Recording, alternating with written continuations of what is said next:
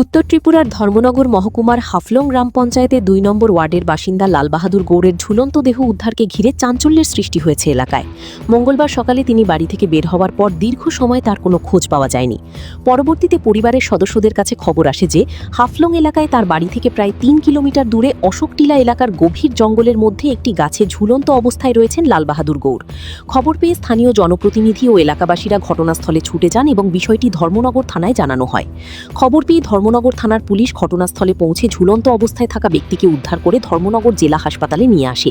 সেখানে কর্তব্যরত চিকিৎসক তাকে মৃত বলে ঘোষণা করেন। পরে মৃতদেহটি ময়নাতদন্তের জন্য ধর্মনগর জেলা হাসপাতালের মর্গে পাঠানো হয়। পুলিশ একটি অস্বাভাবিক মৃত্যুর মামলা রুজু করে ঘটনার তদন্ত শুরু করেছে। তবে কী কারণে লালবাহাদুর গৌড় এই চরম পদক্ষেপ নিয়েছেন তা এখনও স্পষ্ট নয়। ময়নাতদন্তের রিপোর্ট এবং পুলিশি তদন্তের পরই ঘটনার প্রকৃত কারণ সম্পর্কে জানা যাবে বলে মনে করা হচ্ছে। এদিকে ঘটনাকে কেন্দ্র করে এলাকায় শোকের ছায়া নেমে এসেছে। তদন্তের মাধ্যমে ঘটনার আসল রহস্য উদ্ঘাটিত হবে বলে আশা করছেন স্থানীয় বাসিন্দারা।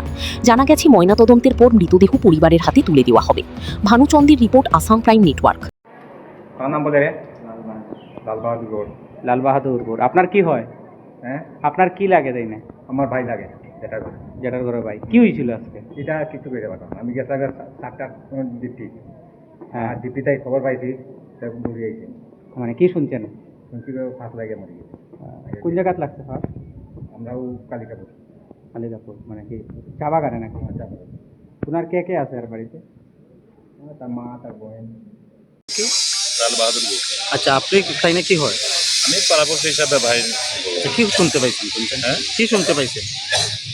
শুনতে তো মোবাইলে ফোন আইলো আর কি, একজন আমরা এখানে পাড়ার লোক একজন মারা গেছে। আমরা বলে জানলাম, যেহেতু আমি এখানে জন্য প্রতিনিধি বাড়ির মেম্বার, হ্যাঁ, ওই জানার পরে এখন আমরা প্রধানবাবু গুলা যাওয়া দরকার, ওই গেলাম।